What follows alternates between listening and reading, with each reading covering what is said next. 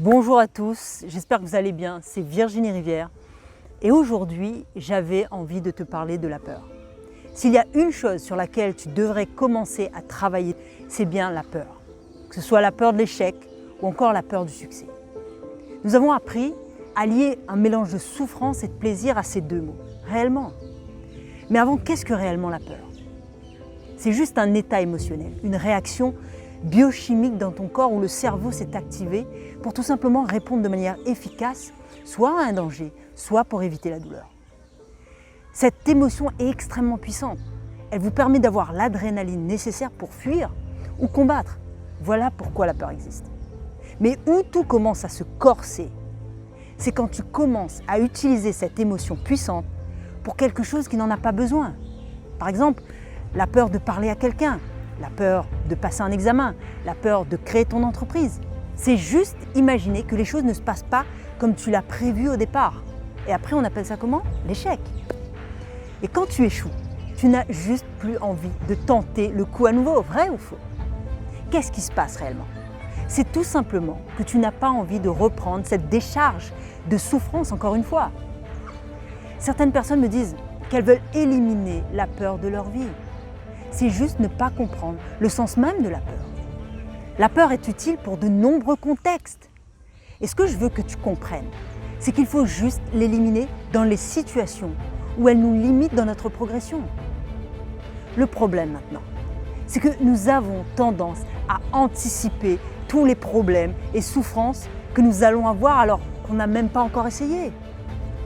Je veux juste parler d'une petite histoire, ok? Michael Jordan, il était à un entraînement. Il se tenait hors du terrain.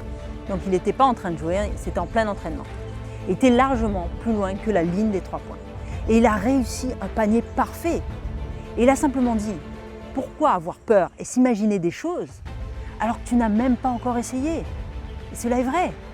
Combien de fois tu as été inquiet et que tu as imaginé le pire et ça ne s'est même pas passé comme ton scénario catastrophe? En tournant ce film, plusieurs fois dans ta tête, encore et encore, c'est comme si tu le vivais. Ton corps crée l'expérience, encore et encore. C'est exposé dans une souffrance qui n'est pas utile. La manière la plus efficace que j'ai pu apprendre et expérimenter pour travailler la peur est de redéfinir qu'est-ce que l'échec et le succès pour moi. L'échec n'existe pas, mais uniquement si tu le décides. Je veux dire par là que pour croire en l'échec, c'est que tu as des règles bien précises sur ce qu'est l'échec ou le succès dans la vie. Tu es la seule personne à savoir si tu es en échec ou si tu as réussi, vrai ou faux? Toi seul as ce pouvoir et chaque personne aura des règles différentes des tiennes. Ce que tu penses être un échec va être un succès pour quelqu'un d'autre. Donc, la première chose à faire est de transformer ces règles de façon à voir l'échec différemment. Comme par exemple, de te dire que l'échec est bien plus difficile à atteindre que la réussite. Personnellement, je me suis mis comme norme il y a quelques années de penser que dans chaque situation, j'apprends. Dans chaque situation, je suis gagnante. Alors, je ne peux pas échouer, juste une manière de progresser.